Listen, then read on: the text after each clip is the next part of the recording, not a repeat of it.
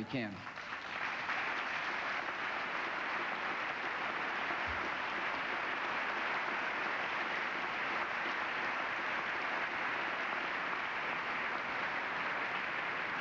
We can make Americans proud of their government. Together we can share in the credit of making our country more prosperous and generous and just, and earn from our conscience and from our fellow citizens the highest possible praise. Well done, good and faithful servants. Thank you all. Good night, and God bless.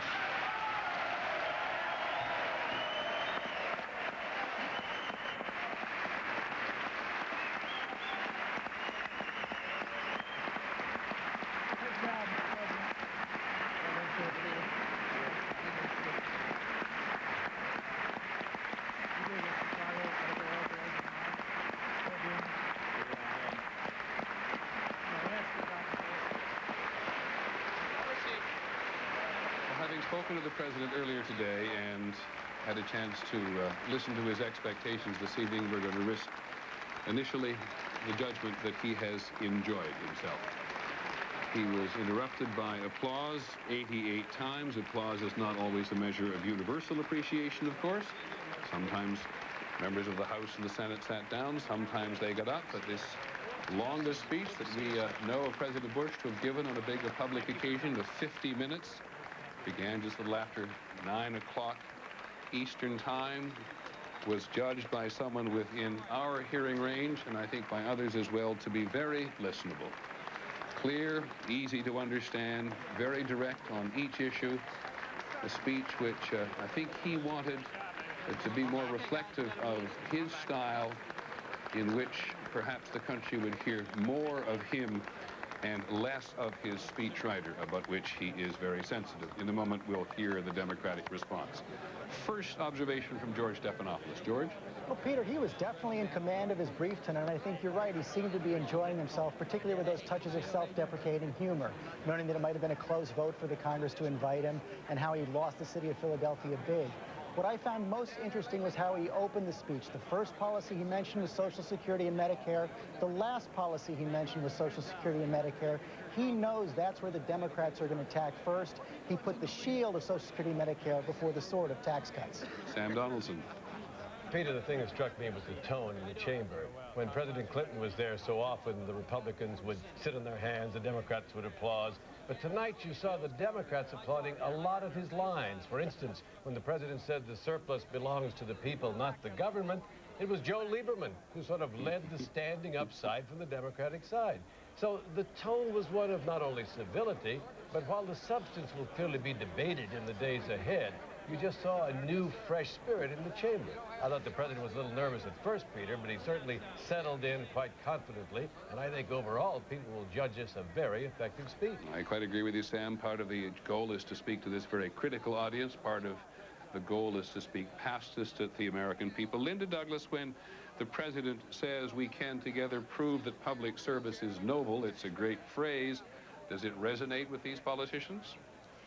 Absolutely. The Democrats have been saying all day, reluctantly, just as Sam points out, that the tone really has changed here.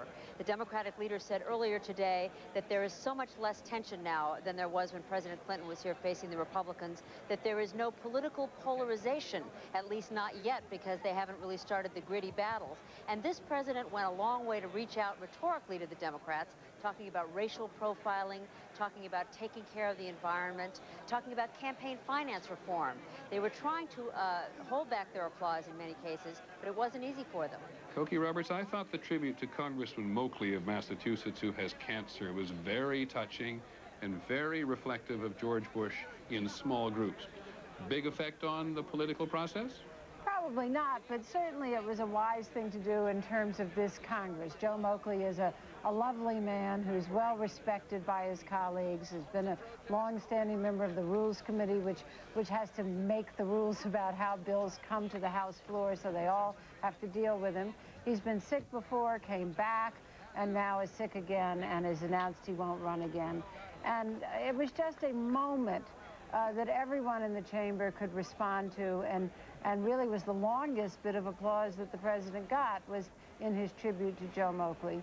But I think that Linda's point about the spirit is really true. And to have a Republican president ending his first major address by talking about the significance of the role of government is really something we haven't heard around here for a long time. Now let me get to the devil in some of the details by going back to Linda Douglas. The Republicans have a plan to move this tax reduction plan, this tax cutting plan, very, very fast, don't they, Linda? This is really quite a bold strategy. Let's see how it works, Peter. What they want to do, the Republicans, is quickly pass the first part of President Bush's tax cut, the rate cut, perhaps even more of a cut, as soon as next week in the House of Representatives. The committees are going to start acting on it this week. They may put it before the House as soon as next week. That gives the Democrats very little time to come up with an alternative. It may pressure many Democrats to vote for the tax cut because they don't want to be telling their constituents that they are against a tax cut. It also gives the Democrats very little time to say, well, President Bush is going to make a lot of dangerous budget cuts. You don't want to cut education, you don't want to cut health care. They won't be talking about that. They'll be talking about the tax cut in a vacuum, Peter. Thank you, Linda. And as the president leaves the chamber, the man who covers him every day, Terry Moran.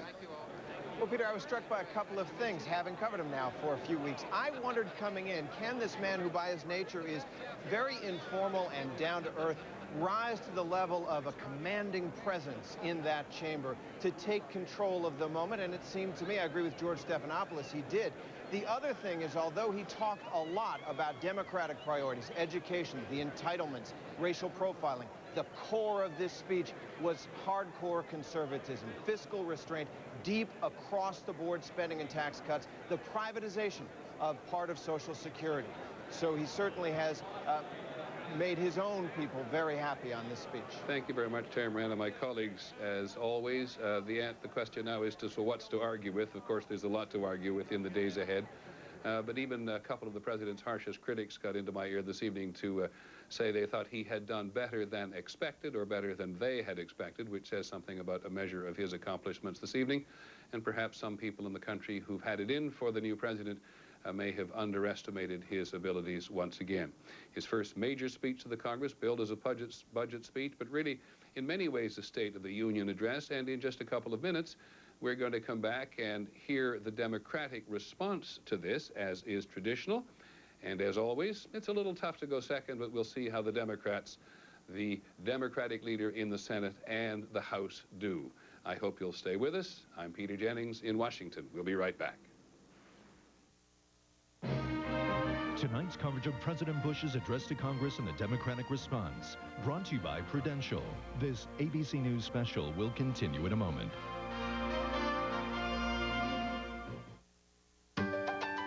This is really a different market. Investors need to think differently about their investments. What's going to grow within this economy, and what's going to happen to interest rates, and what's going to happen to policies such as taxes. The investment opportunities are in sectors and industries that haven't been good investment areas for quite some time. At Prudential, we have one goal. That's to help investors take advantage of situations like this.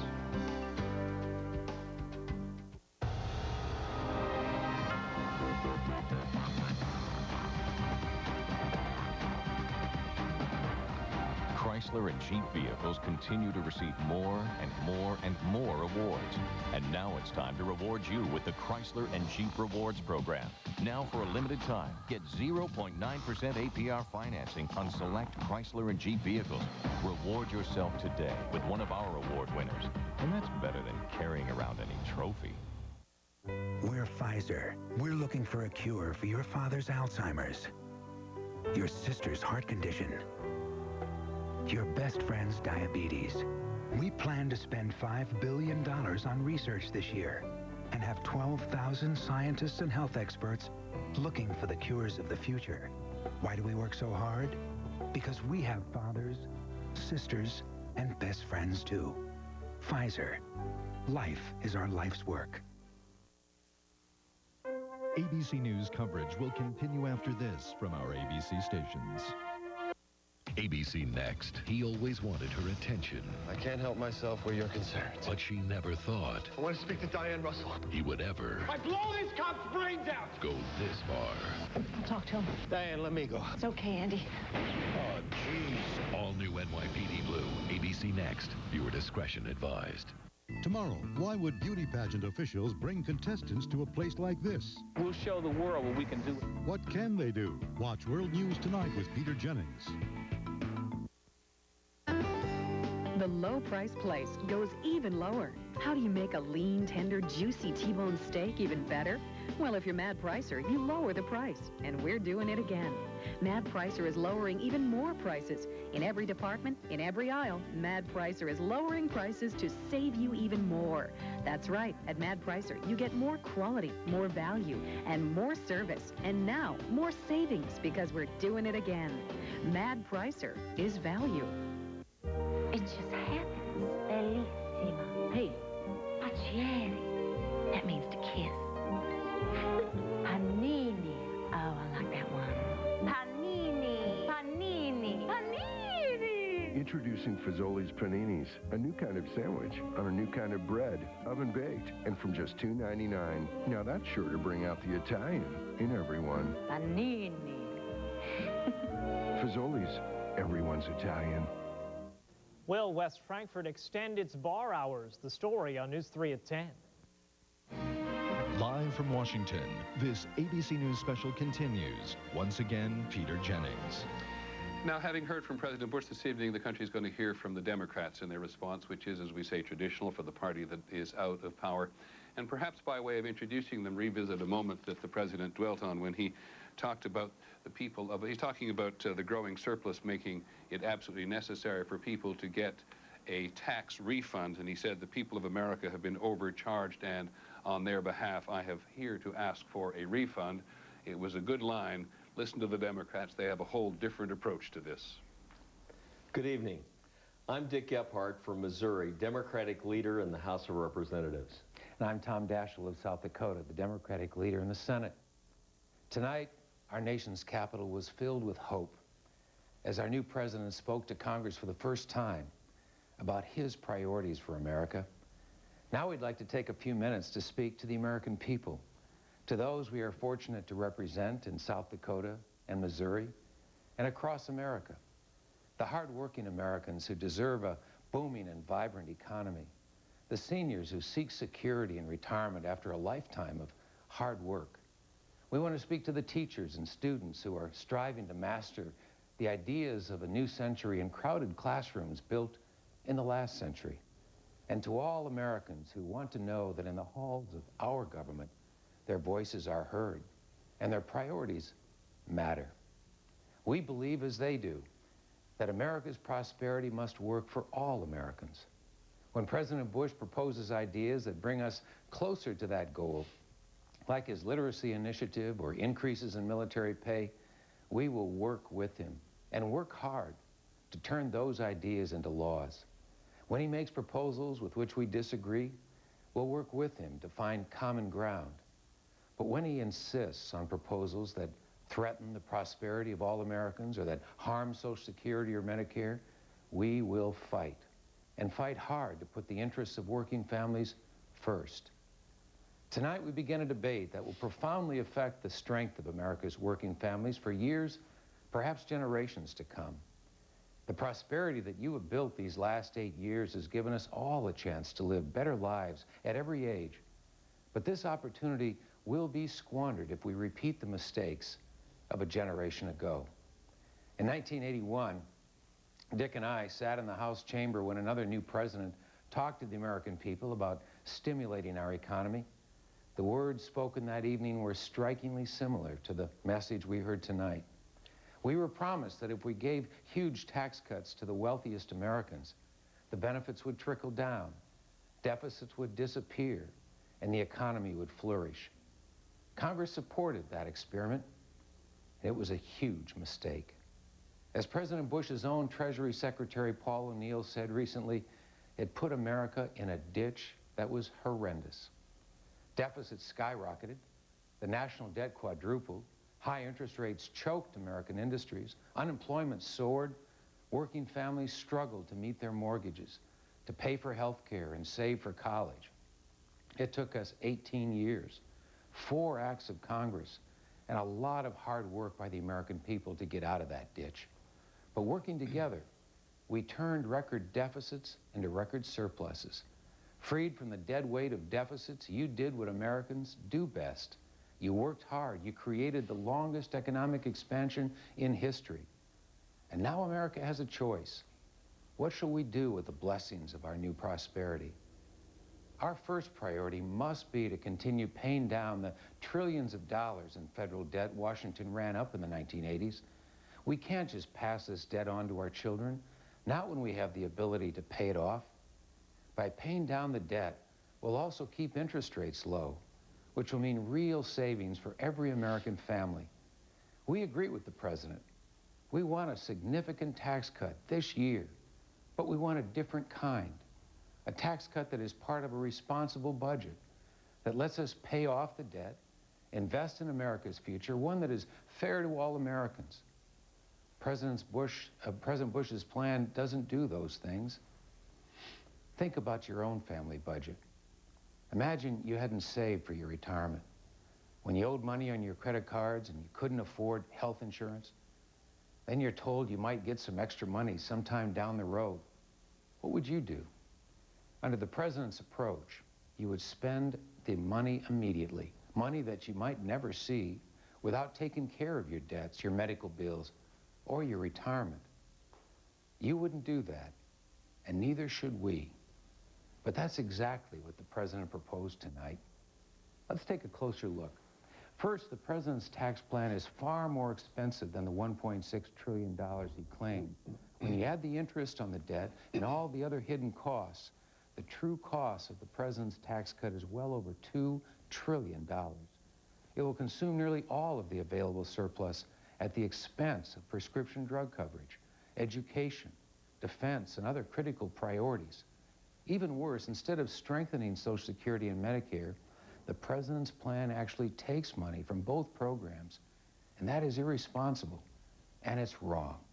Worse still, the president's plan depends far too heavily on a 10-year budget estimate, which is no more reliable than a 10-year weather forecast. And there's no room for error. Nobody's crystal ball is that good. Just ask Texas. 2 years ago, using rosy forecasts, then Governor Bush signed a budget that cut taxes by $1.8 billion. But his budget projections were wrong.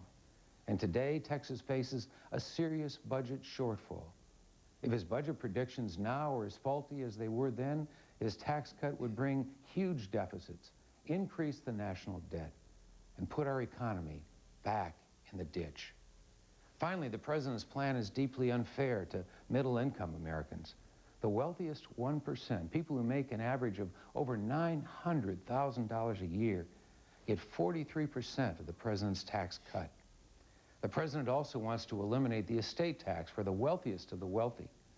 Democrats want to make it easier for you to pass on your family farm and small business to the next generation. And our estate tax plan does that. But the president's proposal provides so much to America's wealthiest families that they themselves are calling it a mistake. Bill Gates Sr., Warren Buffett, members of the Rockefeller family have said that it gives so much to so few that it will actually force tax increases or cuts in Social Security and Medicare and other essential programs. They're right. And the president's estate tax cut is only part of the reason. Let us be clear. All Americans deserve a tax cut, but surely the wealthiest among us should not get it at the expense of working families. There's a better way. Thank you, Tom. Democrats have a better plan, a balanced plan that treats the national budget the way you treat your household budget. Our plan provides $900 billion in tax cuts for all Americans. Our plan protects every dollar of the Social Security and Medicare trust funds. It strengthens Medicare and adds an affordable prescription drug benefit so seniors don't have to choose between food and medicine. It strengthens Social Security rather than subjecting it to a volatile stock market so that it will be there not only for the baby boomers, but for their children and their grandchildren. Our plan enables us to keep paying down the national debt, the debt we ran up in the 80s, so we can keep interest rates low and keep our economy growing. And it invests in the future of our country by making sure every child can get an excellent education at a first-rate public school. The President touched on many of these goals tonight, but we can't accomplish any of them if we spend the entire surplus on the President's tax cut. If what the President said tonight sounded too good to be true, it probably is. Education is one of our highest priorities, and we believe that strengthening public schools is one of our greatest challenges. The President has made education an important part of his agenda, and in this, he has our support. We have differences with his plan. Like most Americans, we don't support spending public money for private school vouchers, and we will never support a reduction in the federal commitment to underserved children and communities. We'll work with the President to increase literacy, demand accountability, and improve every public school. But with tax cuts consuming almost all of the projected surplus, he cannot possibly keep his commitment to leave no child behind. Millions of seniors depend on Social Security and Medicare, and we have a responsibility to preserve and protect them. We made promises. We need to keep them. The President said he's dedicated to preserving Social Security and Medicare. We take him at his word. But the President's plan threatens these critical programs. His plan fails to set aside the resources Social Security and Medicare will need in the future and uses them instead to pay for his tax cut. All seniors need prescription drug coverage. Democrats believe we should use part of the surplus to provide a reliable, affordable Medicare prescription drug benefit for all seniors. The President has a different approach. His plan excludes millions of middle-income seniors who don't have prescription coverage and need it. We want to work with the President to solve the prescription drug problem the right way. But we can't add a Medicare prescription drug benefit. We can't improve public schools. We can't address any of our highest priorities if the President does not scale back the excesses of his tax plan. President Bush's numbers just don't add up. Ours do. His plan leaves no money for anything except tax cuts. Ours does. Our plan is better. It invests in the greatest needs and highest priorities of our country. The conversation we begin tonight is more than a struggle over this year's budget. It's really about our future. It's about the most important decisions this generation of Americans will make for a very long time to come. Our country is strong, but we can make it stronger by fighting for stronger families with a higher minimum wage, a patient's bill of rights, safer schools, safer streets, and a cleaner environment. By fighting for a stronger economy with a budget that extends the greatest economic expansion in American history. By fighting for a stronger democracy with real campaign finance reform and a renewed commitment to fair and modern elections. The challenge of writing a budget that is fair and responsible is considerable. But we face other challenges just as great. All across America, too many people have lost faith in the fundamental principle of democracy, the principle of one person, one vote. We must act to restore their confidence. We should not leave this session of Congress without reforming our election process. Our democracy depends on it. In addition, too many in Washington and too many Americans have lost faith in the possibility of principled compromise. With Congress so closely divided, some would say that finding common ground is simply impossible. We refuse to believe that. We are determined to steer our country on a more productive course. We recognize that the President campaigned on an agenda. So did we. Where our agendas coincide, let's make quick progress for the people. Where our agendas differ, we ask the President to demonstrate his leadership by reaching out for the benefit of all Americans. If he extends his hand, we will grasp it. Tonight, we extend ours. The things that are most meaningful in our lives often require real effort to meet others halfway. Business partnerships, friendships, marriages. It's the same with our democracy. We can do what the people sent us here to do if the President is willing to join us in the middle. We believe that making America better is the greatest work of all. It is to that task that we pledge ourselves tonight. Congressman Gephardt and Senator Daschle, two of the important national Democratic voices in the country. In the absence of a Bill Clinton or certainly of former Vice President Gore, there is no single Democratic voice, but there is the traditional response to the President. So who do you believe? There'll be lots of opportunities to digest this. We're going to return to our regular programming now, but later this evening on Nightline, they will take up this great, some call it epic debate in earnest, and Ted Koppel has a preview. Ted. Well, Peter, what we're actually going to do is focus on the fundamental question of if the economy is going bad, can we really count on all of those surpluses into the next few years that the President's program seems to depend upon? And I'll be talking to Mitch Daniels, who is the White House budget advisor. That'll be on Nightline coming up after your local news. Peter? Thanks very much, Ted. Of course, you can always get continuing coverage at abcnews.com. You can read both of these speeches, the President's and the Democratic response, and you can comment, which of course is always to our benefit, abcnews.com. That is our coverage of this very important night for Washington, certainly, and for the country. The debate now begins on the floor of the Congress. The President's budget goes up in full tomorrow. It's very long, so there'll be a chance to look at it in far greater detail. Those were just the outlines this evening. And in the interest of trivia, only Bill Clinton, among recent presidents, has spoken longer. He spoke for 59 minutes on his first appearance before the houses of the Congress, and Mr. Bush spoke this evening for 50. Thank you for joining us. I'm Peter Jennings. On behalf of all of my colleagues at ABC News, good night from Washington. This has been an ABC News special. For continuing coverage, log on to abcnews.com. This has been a presentation of ABC News. More Americans get their news from ABC News than from any other source.